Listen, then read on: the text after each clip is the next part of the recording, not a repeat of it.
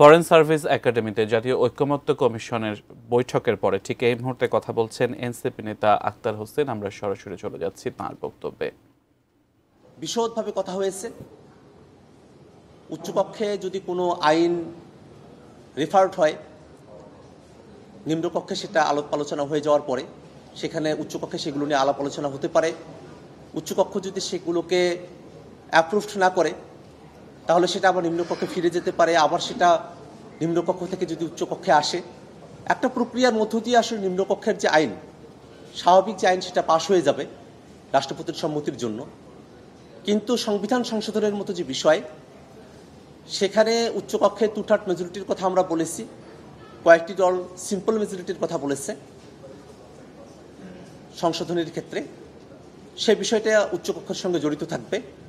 আবার একই সাথে আমরা পূর্বে যে এনসিসির কথা বলা হয়েছিল, যেটাকে সাংবিধানিক ও সংবিধিবদ্ধ প্রতিষ্ঠানগুলোতে নিয়োগ কমিটি হিসেবে বর্তমানে নামকরণ করা হয়েছে, সেই জায়গাটাতে তত্ত্বাবধায়ক সরকার গঠনের ফর্মুলাতে উচ্চকক্ষের একটা সুস্পষ্ট ভূমিকার কথা আমরা বলেছি।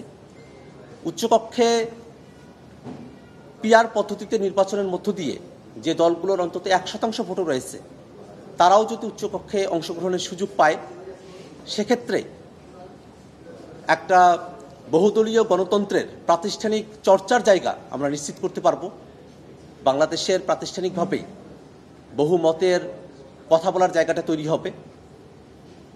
সেই জায়গায় আমরা হাউজে খেয়াল করেছি, অধিকাংশ দল পিআর পদ্ধতিতে উচ্চকক্ষের আসন বিন্যাসের ব্যাপারে একমত হলেও বিএনপি এবং তার সঙ্গে গুটিকতক দল, তারা পিআর পদ্ধতিতে উচ্চকক্ষের নির্বাচন চায় না, এবং সেই না চাওয়ার জায়গাটিকে উচ্চকক্ষের এজেন্ডাকে সংস্কার কমিশনের প্রস্তাবনা থেকে, আলাপ থেকে বাইরে রাখার একটা প্রবণতা আমরা খেয়াল করছি।